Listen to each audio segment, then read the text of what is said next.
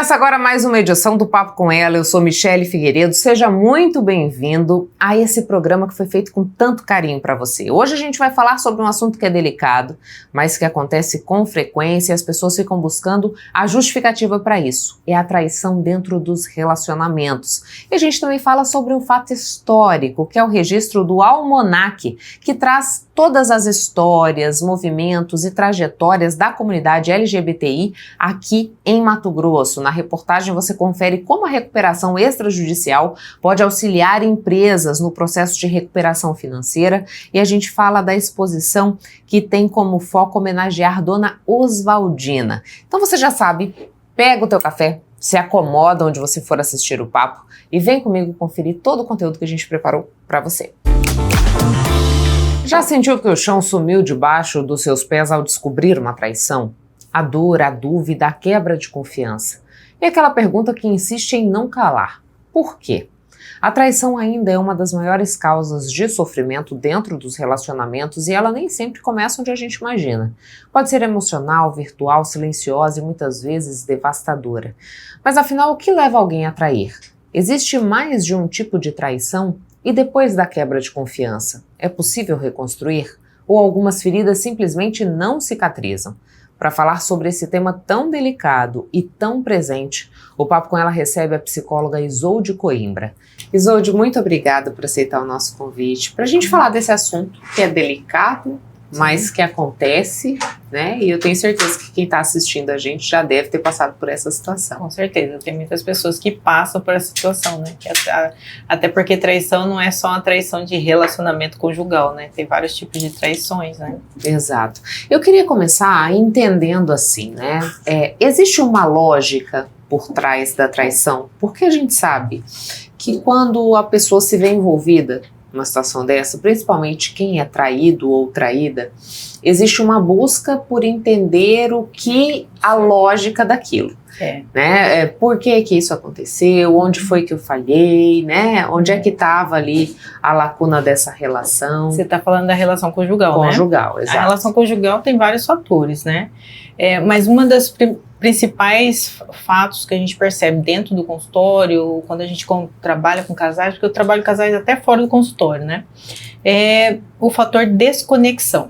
Quando o casal, esse é um dos principais fatores que eu percebo, quando o casal está desconectado um do outro. E existem N fatores que desconectam, tá? Esse é um ponto que eu considero importante a gente trazer aqui. A outra questão é que existem padrões emocionais em que a pessoa que trai, muitas vezes ela vem repetindo esses padrões. Então, eu sempre falo que entender a causa, né, lá no inconsciente, ou entender o histórico desse casal, o que é que aconteceu, onde que desconectou, ou essa pessoa em si que traiu, né? O que aconteceu com ela, onde ela se perdeu, porque tem algumas questões muito ligadas aos padrões emocionais dessa pessoa também, né? Quando você fala da desconexão, Isolde, quais são os caminhos, né, que resultam nessa desconexão? Muitas vezes o casal, ele se perde no dia a dia, né? Então a gente tem vários fatores, né? Às vezes começa um relacionamento juntos e aí vem situações do dia a dia, né? A correria, aí vem filhos, aí vem questões financeiras, problemas, então ele se perde no meio disso tudo. E aí com isso vem mágoas, né? Então o casal que a gente considera um casal saudável, que supera porque todo casal passa por N situações. Então, o casal saudável, um casal maduro, ele resolve os problemas e se conecta de novo. Como que se conecta, Michele? Diálogo, né? Aquela linguagem que eu sempre falo no consultório, a linguagem do eu, olha, eu me sinto assim, isso aqui não tá legal. Então, o que acontece para a desconexão muitas vezes acontecer? Eu percebo dentro do consultório que as pessoas, quando ela tem padrões na família, que ela nunca lidou com emoção, nunca falou de emoção, eles têm dificuldade quando chegam no problema de resolver problema, porque acham que resolver conflito é briga, e não necessariamente, entendeu? O casal, ele vai ter sua diferença, ele vai ter coisas que se magoam no dia a dia, que precisam ser resolvidas. Quando isso não é resolvido a nível de comunicação, isso gera um grande problema. Aí vem as desconexão. Aí fica aquela coisa, mas Ele podia falar, ela podia falar, e aí fica cada um no silêncio, e esse silêncio emocional, ele gera desconexão. Porque no dia a dia eles conversam sobre filhos, sobre rotina, né? É, rotina. E aí a questão emocional é muito... O casal se comunica naquela coisa da emocional mesmo. Lá no fundo que a gente fala do iceberg, né? Eu desenho o iceberg assim para eles e mostro, ó, essa parte é a rotina. A parte de baixo, que é o que o casal tem que se comunicar. Às vezes tem pessoas, né, na relação que é mais racional ou que é mais emocional. Então às vezes eu tenho que mergulhar esse e falar, olha, você tem que entrar nessa dimensão. E entrar nessa dimensão, às vezes olhar para dentro e ver o que tá incomodando, o que é problema para você, o que é mágoa, o que é gatilho, para poder chegar e falar, olha, isso aqui não tá legal, vamos melhorar? Então o casal que sabe fazer isso, com certeza ele tem uma relação que perdura e de confiabilidade, sabe? Você citou uma palavra que eu acho que é o que se rompe quando existe o processo de traição, que é a confiança. Confiança. Né? E não é só isso, né? Passar por esse momento também significa que o casamento que eu idealizava não era tudo aquilo, que a pessoa que eu idealizava também não era tudo aquilo. Como é possível reconstruir e lidar com tudo isso, mantendo esse casamento, se for da vontade de ambos? Sim, é muito possível. É o que a gente mais trabalha em consultório, é a restauração de um casamento. Aí vai da estrutura de cada um.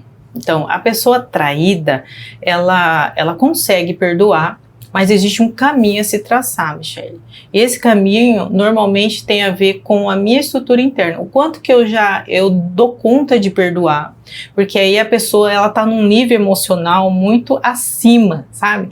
Deixa eu ver aquela pirâmide da frequência. Tem gente que vive na frequência da mágoa, da tristeza. Então, quando a pessoa é bem desenvolvida, ela perdoa. E é claro que essa pessoa que quer reconquistar essa confiança, ela vai ter que ter um caminho. Tem coisas que ele não pode mais esconder, né? Tem umas práticas do dia a dia, como prestar conta de algumas coisas, celular não tem mais segredo, até que isso vai se tornando mais tranquilo para o outro. É a reconquista da confiança. E para isso, quem quebrou essa confiança, ele vai pagar um preço normalmente paga um preço maior. Por quê? Porque ele vai ter que, né, reconquistar essa pessoa. E para reconquistar, ele vai ter que ocupar lugares que muitas vezes ele não ocupou, né? Até mesmo comportamentos diferentes do que ele tinha antes, né? Então, assim, às vezes não avisar, às vezes não dar satisfação de algumas coisas, às vezes ter segredos de financeiro, ter segredos, né, entre amigos, essas coisas não existem mais, porque um casal, quanto mais conectado ele tá, mais transparente eles são. Agora, você falou pra gente, Isolde, que muitas vezes a pessoa que trai é porque ela tá perdida ou tá repetindo um padrão, né? Como é que essa pessoa que quer reconstruir essa relação, por exemplo, como você disse pra gente que é possível, o que ela vai precisar observar daqui pra frente? Porque não é só como ela se porta com o outro, é como ela lida com ela mesma. Ela mesma. Ela vai ter que conhecer os seus... a primeira coisa que ele tem que fazer, a pessoa tem que fazer, é se perguntar por que eu fiz isso. O que me levou a trair ou, né, quebrar a confiança dessa aliança, né?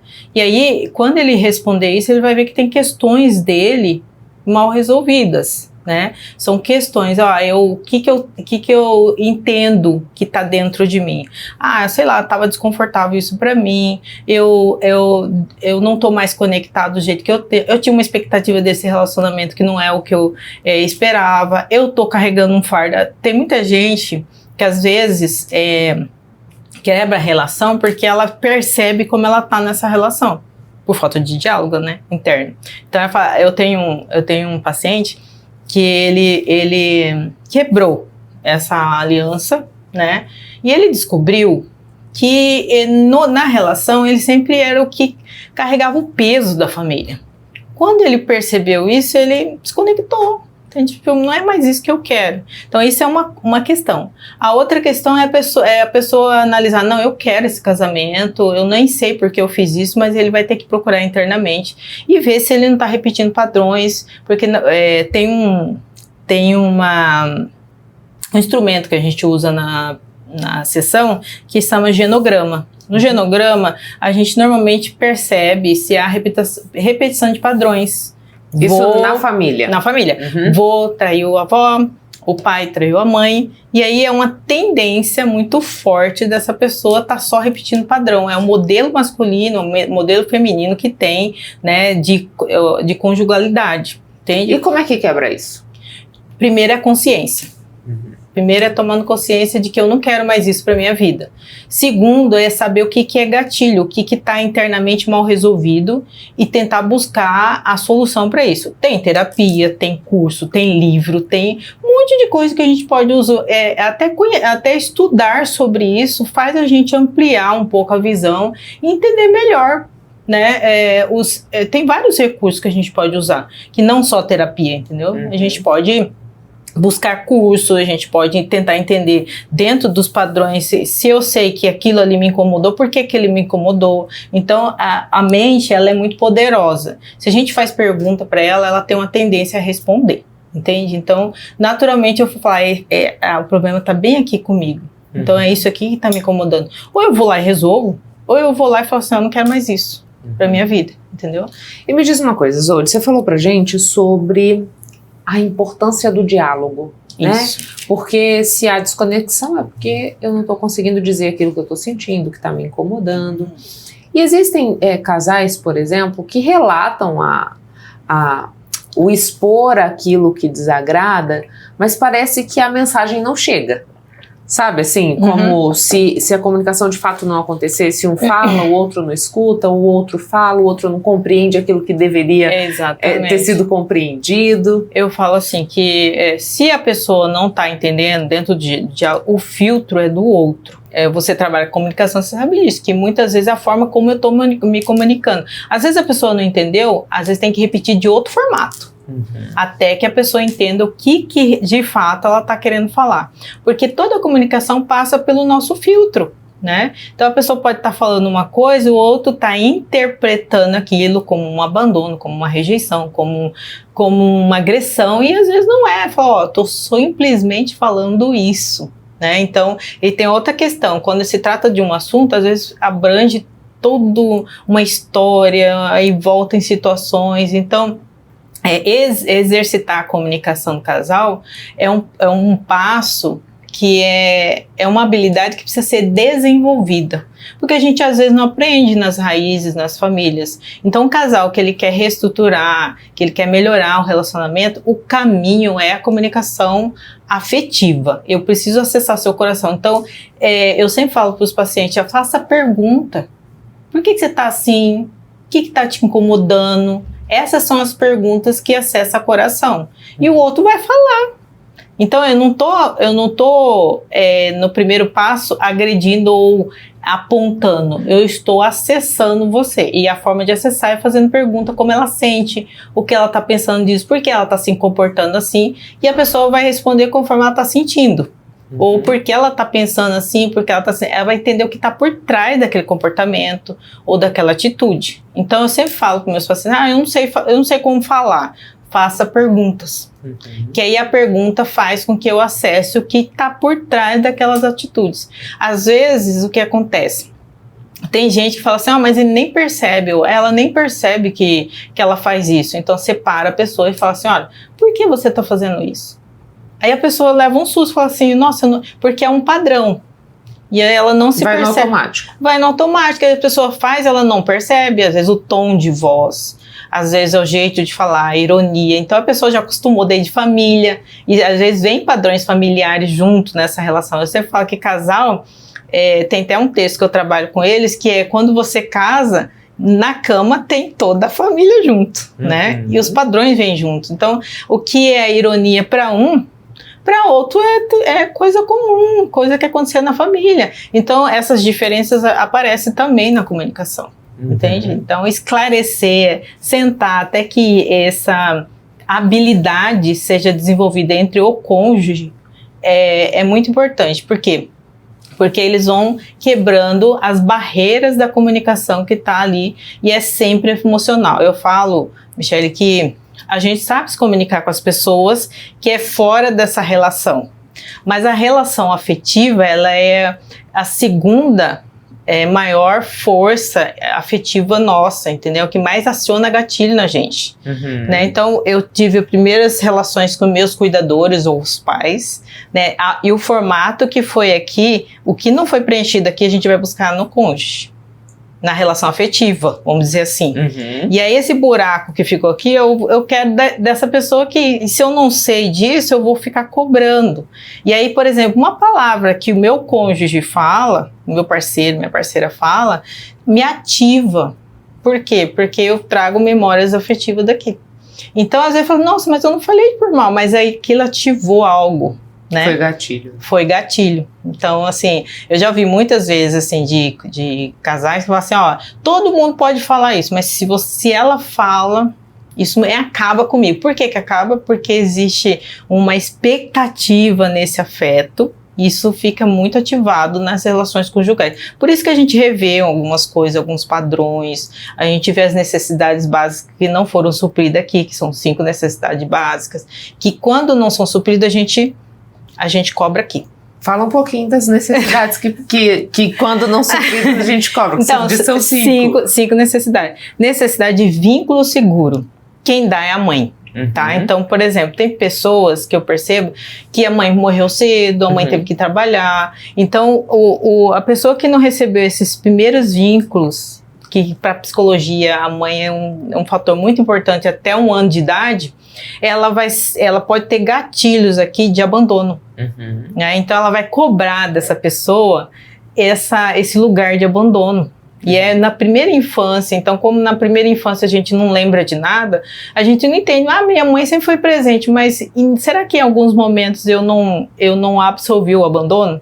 E aí pessoas com gatilho de abandono, ela é ciumenta, controladora, ela é tipo daquela pessoa que quando manda mensagem não responde na mesma hora, já fica ativada. De onde vem essa ativação? Da amígdala, né? Aí vem o sinal de alerta no meu corpo, peraí, tô em perigo. E aí eu cobro daquela pessoa, sabe? Eu quero essa presença, eu quero que você me responda na hora. E aí às vezes é aí que a gente fala que a gente ativa a criança ferida nossa. A segunda é necessidade de autonomia. Que muitas vezes, sabe aqueles pais controladores? Né? Botam a criança na bolha? E tudo é do jeito dele. Eles são adultos dependentes emocionalmente. Então essa é uma necessidade. O que é a necessidade que precisa ser suprida aqui? Autonomia, tem que delegar autonomia. Cada fase a criança precisa saber que ela pode caminhar sozinha. Se ela é tratada com muita dependência, aqui ela vai ser um adulto dependente. Muita vulnerabilidade, sabe? Aquele adulto, aquela pessoa que fica, eu não dou conta, eu não consigo ser o outro, que às vezes aceita até relacionamentos abusivos, porque não soube lidar, não sabe lidar com a vida sozinha, é muito vulnerável. Está sempre suscetível, então, a uma codependência. Exatamente. Alguém que dá apoio, alguém que... Então, é a necessidade de autonomia. Outra é a autoestima, né? Que é aquela pessoa que a gente fala que na vida adulta aparece muito isso. Pessoas que, quando não teve validação emocional... O que acontece essa pessoa que não teve validação emocional? Que tinha aquela palavra de apoio dos pais. Aquela coisa da assertividade, de às vezes a criança chegar triste em casa e falar, por que você tá triste? É a coisa do emocional, tá? Ou que tirou uma nota boa e aí às vezes não é validada, ou quando a criança ela é um troféu para a família, tipo, tirou 10, aí vira notícia para todo mundo, ou os pais davam muito valor que era de fora. Tipo, fulano é melhor, essa comparação também. Esse é um de que mais destrói a parte emocional da pessoa. Aqui na vida adulta, como ela é? Ela é uma pessoa que é subjugada. Ela parece que ela não tem ela não consegue tomar uma decisão. Se o outro fala mais forte, ela baixa. E autossacrifício. O que é o padrão do autossacrifício? Eu faço mais pelo outro do que por mim. E na relação, isso fica desigual, muito desigual. Principalmente se o outro tem personalidade mais forte, ou se o outro cobra mais, entendeu? A tendência é entregar. Então, eu tô com um casal que é assim. sabe? Em que um deles descobriu que ele fazia muito autossacrifício. E aí vem a parte da gente pôr limite. O terapeuta às vezes fica, olha, você tem que, né, e o outro tem que entrar mais, entendeu? Então, quem fez mais autossacrifício sente sobrecarregado, entende? Por quê? Porque ele entende e ele aprendeu na vida que para receber amor ele precisa se doar, entende? A outra necessidade é limites, né? A gente encontra muitas pessoas, e esse não chega na terapia, tá? Autossuficiente, que não aceita um não, pessoas que ultrapassam sempre o limite do outro, tá? Tem um pezinho no narcisismo, mas normalmente são as pessoas que nunca receberam não. Numa relação conjugal, ele quer só pra ele. Vem a nós, entende? Tem que me servir, e não aceita, assim, é tipo aquela pessoa que não aceita o não. Quando é o não, age na agressividade, age sempre uma reação disfuncional. Essas reações disfuncionais que a gente fala de padrões, elas são literalmente a criança ferida nossa que sai pra fora. A gente não tem aquele negócio de... E ela governa a vida, né? E tem gente que leva isso pra vida inteira. Tá? E o último padrão, que nesse caso de limite, seria limites realistas. Tem a criança que precisa receber limites. A outra é lazer e prazer. Se isso não tem, normalmente são famílias de padrões rígidos. Sabe aquelas pessoas que se cobram muito, perfeccionista, que é alto nível de padrão? São pessoas que não teve, às vezes a família é um workaholic, né? Nunca viajou, sempre cobrou estudo, sempre cobrou a régua muito alta. Normalmente são pessoas que se cobram muito, são workaholics aqui na vida adulta, né? E aí ela não para ter lazer com a família, ela não para ter esse momento com, né? Aparece isso nos casais também. Isso é um fator de desconexão, tá? Por quê? Porque a mulher ou o outro fala assim, nossa, a gente não tem nenhum momento juntos, a pessoa só trabalha 24 horas, então isso também gera desconexão. Você tá vendo como padrões ou necessidades emocionais aqui, normalmente o gatilho maior é no casamento. Por isso que em terapia a gente trabalha terapia de esquema, que é a base dessas necessidades emocionais que às vezes volta como uma criança ferida. Por exemplo, a pessoa que reage com raiva a uma... Às vezes a pessoa tá falando, olha, eu não gostei disso, tal, ela já tá interpretando aquilo como tá me humilhando. Ou já tá na defensiva. Quando entra na defensiva, a criança já veio para fora. São necessidades que não teve uma base para se reestruturar e se autorregular. Então, em terapia, a gente ensina o adulto a aprender a se autorregular. Peraí, respira fundo, vê se não é gatilho, vê se você não pode responder isso daqui a pouco ou com mais calma. Entenda o que o outro está falando. Então, sabe esse time entre a situação e o meu mundo interno?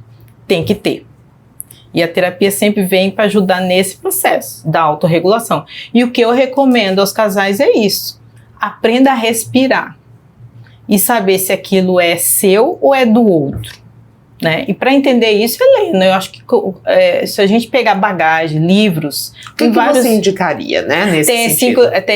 Tem 5 linguagens do amor, que acho que é um best-seller. Livros sobre comunicação de casais é muito importante, o Daniel Goleman tem muito isso. Sobre inteligência emocional, tem um livro do Daniel Goleman que fala sobre inteligência emocional, muito bom, né? Tem um livro que é eu esqueci o nome do autor, mas ele fala sobre as verdades dos casais e a comunicação dos casais. Fala sobre os 4 cavaleiros dos zodíacos, que é como funciona a comunicação dos casais. Então, tem vários livros literários que ensinam a base, que é o que eu falo, Michele. As pessoas aprendem sobre tudo, profissionalmente e tal, mas aquilo que causa mais dor, às vezes, que é o relacionamento, ninguém procura entender, porque existe base teórica para me habilitar a estar casado ou estar em um relacionamento saudável, entende? Basta estudar e desenvolver essas habilidades. Entende? Então, é muito simplista a gente pensar que, eu digo assim, né? É muito simplista a gente pensar que alguém que traiu simplesmente não tem caráter.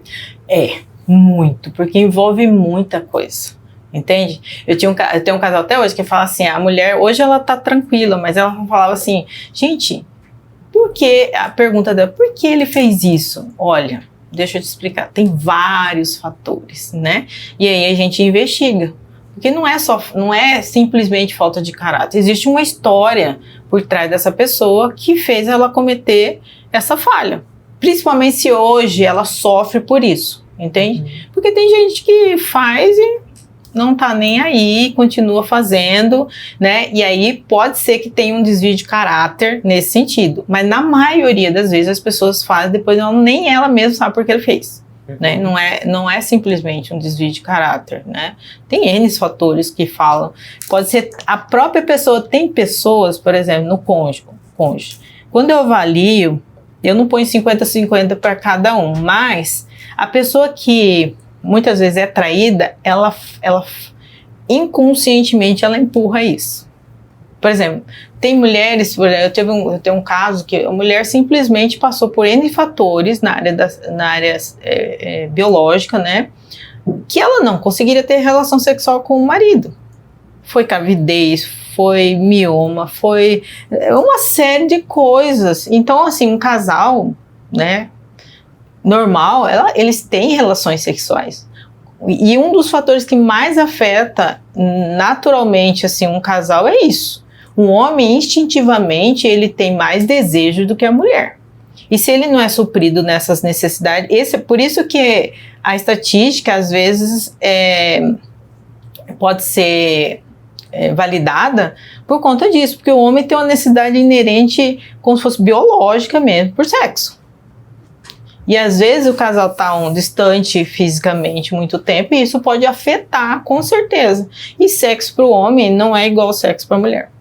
Sexo para o homem é totalmente diferente. Mulher envolve muita coisa, né? Então, é um desejo mais responsivo, né? Do homem é mais imediato. Porque é biológico, entendeu? Não tem como discutir isso.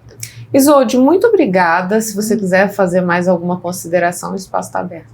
Então tá, eu quero falar um pouco sobre esse trabalho de terapia de casal. Para mim é um caminho que ajuda muitos casais. Sabe? Tem muitas pessoas que perguntam para mim, é possível restaurar? É super possível restaurar um casamento. Só basta trabalhar as minhas questões internas, sabe? Porque se tem família, tem patrimônio, né? O prejuízo ainda é maior de você ter que reconstruir. Então eu sempre falo para os casais, sempre é possível restaurar o casamento. Muito obrigada. Agora a conversa é com você que tem carro com placa final 890. Você está sabendo que maio é o mês de vencimento do seu IPVA? Fica ligado, hein? Você pode garantir descontos de até 5% ou, se quiser, parcelar em 8 vezes sem juros. E os seus pontos no Nota MT também podem virar descontos. Para emitir a sua guia é fácil demais. Acesse cefaz.mt.gov.br ou pelo WhatsApp da Cefaz, o 65 40 42 9298. E fique sempre alerta para não cair nos golpes. Antes de pagar, valide seu boleto ou Pix no WhatsApp da Cefaz. Eu vou repetir. 65 40 42 9298. Então, se a sua placa tem final 890, emita sua guia do IPVA com desconto ainda esse mês. Governo de Mato Grosso. A gente faz um breve intervalo e volta já já. Não saia daí.